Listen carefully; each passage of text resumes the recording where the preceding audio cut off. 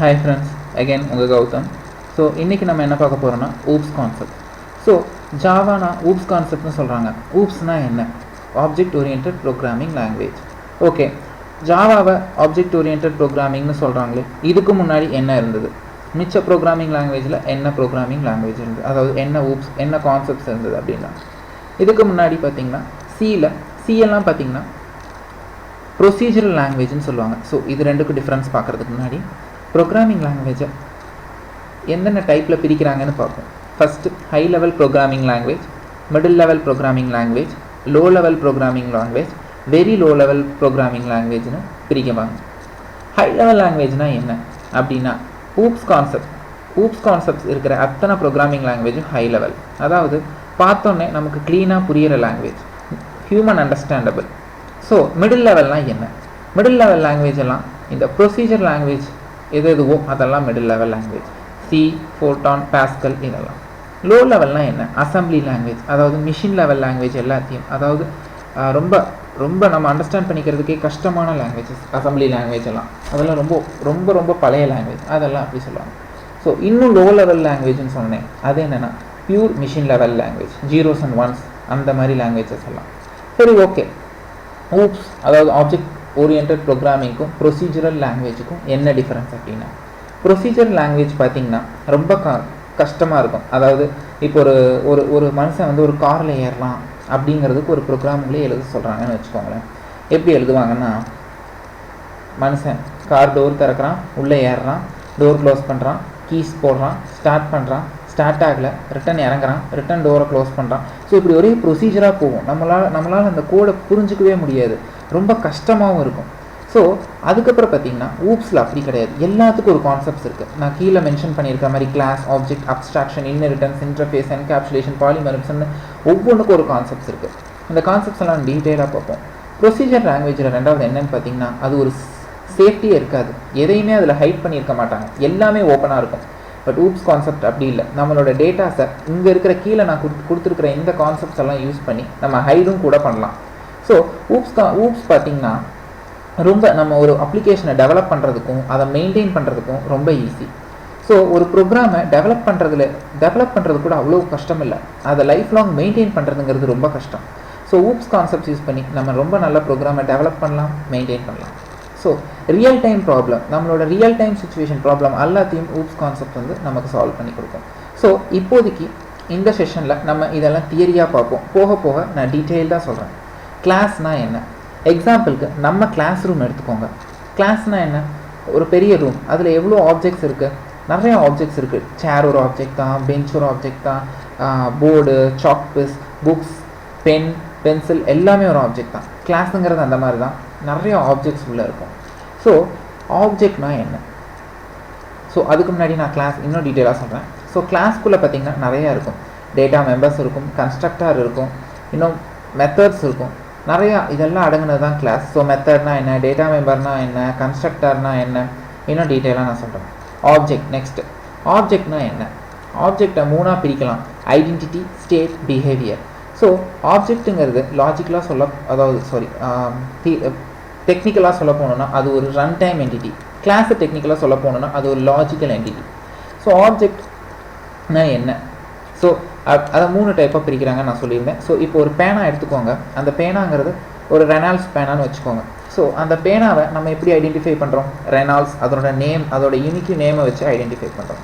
State, so பேனாவோட colour வந்து blue colour, so அது அதோட ஸ்டேட்டை குறிக்குது. ஸோ பிஹேவியர், எப்படி பிஹேவ் பண்ணும்? பேனாவை நம்ம என்னவா பிஹேவ் பண்ண வைக்க முடியும்? எழுதலாம், அது அதோட பிஹேவியர். அதே மாதிரி ஒரு ஆப்பிள் எடுத்துக்கோங்க, அதனுடைய ஐடென்டிட்டி நம்ம ஆப்பிள்னு சொல்லி அதை கூப்பிட்றோம். அதோட ஸ்டேட் என்ன? அதனுடைய கலர் ரெட். பிஹேவியர் என்ன? அதை நம்ம சாப்பிட்லாம். ஸோ ஆப்ஜெக்ட்னா இதுதான். அப்ஸ்ட்ராக்ஷன் அப்படின்னா என்ன? General meaning abstraction. ஸோ நான் உங்களுக்கு என்ன சொல்லிக்கிறேன்னா, நம்ம ஜாவாவில் பார்த்திங்கன்னா ஒவ்வொரு கான்செப்ட்ஸுக்கும் இல்லை ஒவ்வொரு கீவேர்டுக்கு இருக்கிற எல்லா நேமும் பார்த்திங்கன்னா சாதாரண இங்கிலீஷ் மீனிங் கம்பேர் பண்ணிங்கன்னா அதுதான் அதோட மீனிங் தான் ஜாவாவில் கொடுத்துருக்குற அத்தனை வேர்டோட மீனிங். சாதாரணமாக இப்போ ஃபார் எக்ஸாம்பிள் நான் சொல்கிறேன் பாருங்கள். அப்ஸ்ட்ராக்ஷனுக்கு ஜென்ரலாக இங்கிலீஷ் மீனிங் என்னன்னு பார்த்தீங்கன்னா எலிமினேஷன் அர்த்தம். அதை தான் அவங்க இங்கேயும் போட்டிருக்காங்க. எலிமினேஷன்னா என்ன? ஸோ எப்படி எலிமினேட் பண்ணுறாங்க? இப்போ நான் உங்களோட ஃப்ரெண்டுன்னு வச்சுக்கோங்களேன். இப்போ நான் உங்கள்கிட்ட என்னென்னலாம் கேள்வி கேட்கலாம்? உனக்கு பிடிச்ச ஃபுட் என்ன, உனக்கு பிடிச்ச மூவி என்ன, உன்னோட ஏஜ் என்ன, உன்னோட நேம் என்ன, நீ எத்தனாவது படிக்கிற, எங்கே படிக்கிற, ஸோ இத்தனையும் நான் கேட்கலாம்.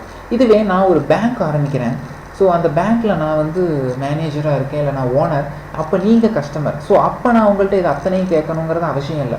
அப்போ எனக்கு தேவை என்ன, உங்களோட நேம், உங்களோட ஏஜ், உங்களோட அக்கௌண்ட் நம்பர், ஸோ உங்களோட அட்ரஸ், இது மட்டும் இருந்தால் போதும். ஸோ நம்மளோட ப்ரோக்ராமில் நிறைய இருக்கும். ஸோ அதில் நமக்கு என்ன தேவைங்கிறத நம்ம எடுத்துக்கிறது தான் அப்ஸ்ட்ராக்ஷன். ஸோ எடுத்துக்கிறது இந்த சென்ஸ், நமக்கு வேண்டாங்கிறத எலிமினேட் பண்ணிவிட்டு வேணுங்கிறத மட்டும் வச்சுக்கிறது தான் அப்ஸ்ட்ராக்ஷன். ஸோ நம்ம ஒவ்வொரு கான்செப்ட்டும் பார்க்கும்போது ரியல் டைமாக அதை நம்ம நினைக்கணும். ஸோ தியரியாக இருக்குது, வாட் இஸ் வாட்னு படிச்சிட்டோம். ஸோ என்றைக்குமே ஒரு ப்ரோக்ராமிங் லாங்குவேஜை வாட் இஸ் வாட்னு தேடக்கூடாது, ஹவு, ஒய் அப்படி தேடணும். ஸோ அப்போ தான் நமக்கு எல்லா சொல்யூஷன்ஸும் கிடைக்கும். So okay, abstraction. ஸோ இதை நான் இன்னும் ரியல் டைமாக உங்களுக்கு ப்ரோக்ராமிங் இதுக்கு போடும்போது நான் சொல்கிறேன். இன்ஹெரிட்டன்ஸ் அப்படின்னா என்ன, இன்ஹெரிட் அப்படின்னா என்னென்னா ஒரு இதிலிருந்து நம்ம டிரைவ் பண்ணுறதுக்கு பேர் தான் இன்ஹெரிட். ஓகே, இப்போ இதனுடைய டெஃபினிஷன் நான் சொல்கிறேன் பாருங்கள். ஒரு பேரண்ட் கிளாஸ், அதாவது ஒரு பேரண்ட் கிளாஸ்னால் ஒரு ஆல்ரெடி நமக்கு டிக்ளேர் பண்ண ஒரு கிளாஸ் பேரண்ட் கிளாஸ், அந்த பேரண்ட் கிளாஸ்லேருந்து நம்ம ஒரு சப் கிளாஸை டிரைவ் பண்ணுறது தான் இன்ஹெரிட்டன்ஸ். ஸோ இதில் single inheritance, multiple, multi level, hierarchy இன்ஹெரிட்டன்ஸ்னு நிறைய டைப்ஸ் இருக்குது. ஸோ மல்டிபிள் இன்ஹெரிட்டன்ஸ் வந்து ஜாவாவில் அக்செப்ட் கிடையாது, அதுக்கு பதிலாக இன்டர்ஃபேஸ் யூஸ் பண்ணுறோம். ஸோ ஒன்ஸ் நம்ம அங்கே வரும்போது பார்ப்போம். ஸோ இன்ஹெரிட்டன்ஸ்னால் இதுதான். ஸோ இன்ஹெரிட்டன்ஸ்னால் ஒரு ஆல்ரெடி இருக்கிற ஒரு கிளாஸ்லேருந்து நம்ம ஒரு புது கிளாஸாக அதுக்கிட்ட இருந்து நம்ம டிரைவ் பண்ணுறோம். எக்ஸாம்பிள், இப்போ உங்கள் அப்பாட்ட இருந்து தான் நீங்கள் வந்தீங்க இல்லையா? ஸோ இப்போ உங்கள் அப்பாவுக்கு ஒரு கேரக்டர்ஸ் இருக்கும், அதுவே உங்களுக்கும் இருக்கும். ஸோ உங்கள் அப்பாவுக்கு வந்து எல்லோ கலர் ரொம்ப பிடிக்கும்னா, ஸோ பை ஜீன் மூலிமா உங்களுக்கும் அந்த எல்லோ கலர் ரொம்ப பிடிச்சிருக்கும், ப்ளஸ் உங்களுக்கு ஒரு கலர் பிடிக்கும்ல. ஸோ அதுதான் definition. Deriving new class from the existing class with its own property. So உங்கள் அப்பாட்ட இருக்கிற கேரக்டர் மட்டும் இல்லாமல் உங்களுக்கும் சில கேரக்டர் இருக்கும்ல, அந்த மாதிரி தான். ஸோ நீங்கள் உங்கள் அப்பாட்டிருந்து நீங்கள் வந்தீங்க, ஸோ உங்கள் அப்பாவோட கேரக்டர் ப்ளஸ் உங்கள் ஓன் கேரக்டர், அதான் ஒரு புது கிளாஸை பழைய கிளாஸ்லேருந்து டிரைவ் பண்ணுற கான்செப்ட் தான் இன்ஹெரிட்டன்ஸ். ஸோ இது மூலிமா இன்ஹெரிட்டன்ஸ் மூலிமா கோடை நம்ம ரீயூஸ் பண்ணிக்கலாம். ஸோ அது ஒரு பெரிய அட்வான்டேஜ். ஸோ இன்டர்ஃபேஸ்னால் என்ன, மல்டிபிள் இன்ஹெரிட்டன்ஸ் வந்து ஜாவாவில் வந்து சப்போர்ட் பண்ணாது. அது ஏன் சப்போர்ட் பண்ணாது, அதனுடைய ப்ராப்ளம் என்ன அப்படிங்கிறது நம்ம பின்னாடி பார்ப்போம். இன்டர்ஃபேஸ்க்கு வரும்போது பார்ப்போம். இன்டர்ஃபேஸுங்கிறது மல்டிபிள் இன்ஹெரிட்டன்ஸை ரீப்ளேஸ் பண்ணி வந்த கான்செப்ட் தான் இன்டர்ஃபேஸ் இன் ஜாவாவில். இன்டர்ஃபேஸில் என்ன இருக்கும் அப்படின்னா மெத்தட் மட்டும்தாங்க இருக்கும். இன்டர்ஃபேஸில் எந்த வகையான இம்ப்ளிமெண்டேஷனும் நம்ம பண்ணியிருக்க மாட்டோம். மெத்தடும் அதனுடைய சிக்னேச்சர், அதாவது ஆர்குமெண்ட்ஸ் மட்டும்தான் இருக்கும். அந்த மெத்தட்ஸ் எல்லாம் எடுத்து நம்ம கிளாஸில் போட்டு தான் நம்ம அதுக்கு வந்து இம்ப்ளிமெண்ட் பண்ண முடியும். ஸோ ஏன் அது எதுக்கு நான் கிளாஸில் போட்டு இம்ப்ளிமெண்ட் பண்ணணும், அதில் நான் கிளாஸ்லேயே மெத்தடை க்ரியேட் பண்ணி இம்ப்ளிமெண்ட் பண்ணிக்குவேன். ஸோ இந்த மாதிரி கொஸ்டின்ஸ் எல்லாம் வந்து நான் இன்டர்ஃபேஸ் வரும்பொழுது சொல்கிறேன். என்கேப்சுலேஷன்னா என்ன, ஸோ இதுக்கும் மீனிங் பார்த்தீங்கன்னா என்கேப்சுல்னா என்ன, கேப்சுல் மாத்திரை பார்த்துருக்கீங்களா? ஸோ உள்ள மெடிசின் இருக்கும், மேலே கேப்சுல் வச்சு மூடியிருப்பாங்க. ஏன் செக்யூர், அது வந்து செக்யூரிட்டியை குறிக்குது. ஸோ நம்மளோட டேட்டாவை வந்து செக்யூர் பண்ணுறோம், அது வந்து என்கேப்சுலேஷன் மூலிமா பண்ணுறோம். பாலிமார்பிசம்னா என்ன, இதுக்கும் நேம்லேயே மீனிங் இருக்குங்க. பாலினா மெனி, மார்பிசம்னா நிறைய பிஹேவியர். ஸோ இப்போ எடுத்துக்கோங்க, இப்போ நீங்கள் வந்து உங்கள் வீட்டுக்கு வந்து பையனோ பொண்ணோ, ஸோ உங்கள் காலேஜில் பார்த்தீங்கன்னா நீங்கள் ஒரு ஸ்டூடெண்ட். இப்போ உங்கள் ஃப்ரெண்ட்ஸுக்கு நீங்கள் ஒரு ஃப்ரெண்ட், உங்கள் சிஸ்டர் அண்ட் பிரதர் இருந்தாங்கன்னா நீங்கள் ஒரு பிரதர் அண்ட் சிஸ்டராக இருப்பீங்க. ஸோ நீங்கள் ஒருத்தர் தான், ஆனால் இடத்துக்கு ஏற்ற மாதிரி, உறவுக்கு ஏற்ற மாதிரி உங்கள் பிஹேவியர் மாறுதில்லை. ஸோ ஒரே சேம் பர்சன் தான், ஆனால் அதே வித்தியாச பிஹேவியர். ஸோ உங்களோட பதவிகள் ஒவ்வொரு இடத்துக்கு ஏற்ற மாதிரி மாறுதில்லை, அதே மாதிரி தான். So same functionalities R same objects which has different behaviours, வெவ்வேறு பிஹேவியர் இருக்குது. ஸோ அதை தான் வந்து சேம் பர்சன் பட் உங்களோட பிஹேவியர் வித்தியாசம். ஸோ அதுதான் பாலிமார்பிசம். ஸோ இங்கே இருக்கிற அத்தனை கான்செப்ட்ஸையும் அடுத்து வர்றதுல நீட்டாக கிளியராக பார்ப்போம். இந்த 7 கான்செப்ட்லேயும் நமக்கு முக்கியமானது பார்த்திங்கன்னா இன்டர்ஃபேஸ். இன்டர்வியூலையும் அதிகமாக கேட்குறது இந்த இன்டர்ஃபேஸை பற்றி தான், ப்ளஸ் இன்ஹெரிட்டன்ஸும் பற்றி. ஸோ இன்டர்ஃபேஸ்னால் நமக்கு ரொம்ப இன்னும் குழப்பமாக இருக்கும். ஸோ நம்ம இங்கிலீஷ் புக் நிறையா நான் பார்த்து நிறைய ரிசர்ச் பண்ணி நான் அதில் என்ன இன்டர்ஃபேஸ்னால் என்ன, ரியல் டைமாக எப்படி யூஸ் பண்ணுவோம் அப்படிங்கிறத நான் இன்டர்ஃபேஸ்க்கு வரும்போது சொல்கிறேன். இன்டர்ஃபேஸ் ஒரு ரொம்ப முக்கியமான கான்செப்ட்டுங்க, நான் திரும்ப சொல்கிறேன். ஸோ நான் இன்டர்ஃபேஸ் ஆல்ரெடி சொன்ன மாதிரி தான். இன்டர்ஃபேஸில் மெத்தடும் சிக்னேச்சர்ஸும் மட்டும்தான் இருக்கும். அந்த மெத்தடை எடுத்து நம்ம கிளாஸில் போட்டு இம்ப்ளிமெண்ட் பண்ணுவோம். ஸோ இதில் உங்களுக்கு நிறையா கொஷின்ஸ் வர வாய்ப்பு இருக்குது, எனக்கு நல்லா தெரியும். ஸோ ஒன்ஸ் இன்டர்ஃபேஸ் வாங்க, அந்த வீடியோவுக்கு வாங்க, நான் உங்களுக்கு கிளியராக டீட்டெயிலாக சொல்கிறேன். ஸோ இதுதான் ஊப்ஸ் கான்செப்ட்.